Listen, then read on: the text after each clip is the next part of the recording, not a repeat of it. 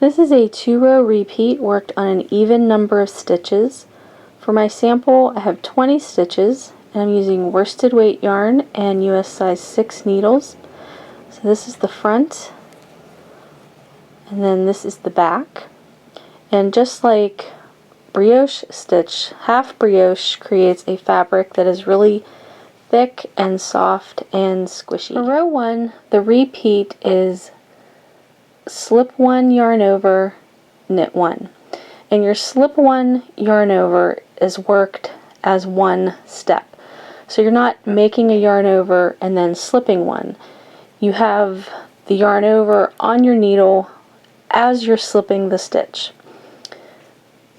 And what I mean is your yarn is in the back of your work and you just want to let the yarn rest on the needle and you want to carry the yarn along with your needle as you're slipping the stitches. And you're slipping purlwise. So slip 1 yarn over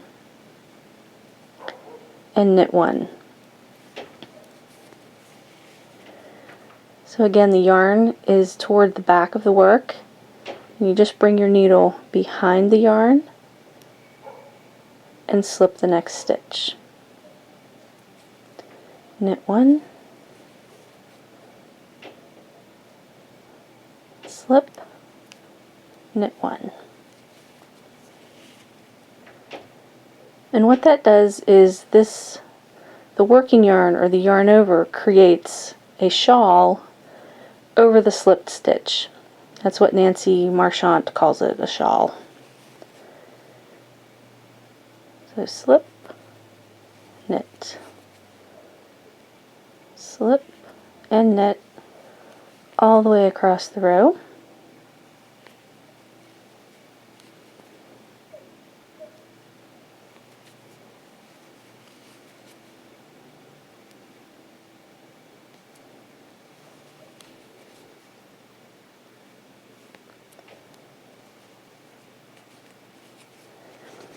And for row 2, you're going to purl 1, brioche knit 1, or as Nancy Marchant says, bark, B-R-K, brioche knit. So you purl 1, and then this is our slip 1 yarn over from the previous row, and you can see that yarn over is kind of hugging that slipped stitch, and you're going to work those 2 strands as one stitch. Don't work them separately. So you purl the first stitch and then brioche knit a stitch, and that's it. You purl 1, brioche knit, make sure you're working the yarn over and the slipped stitch at the same time.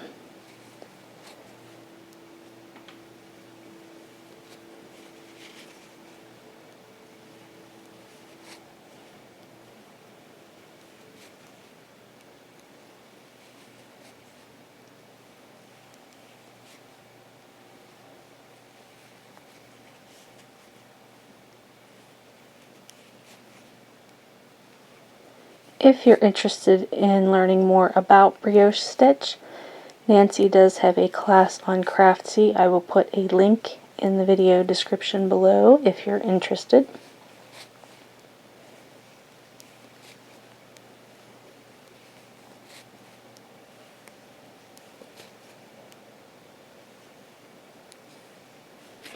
And you would just repeat those 2 rows for the pattern. Again, this is the back, and then here is the front.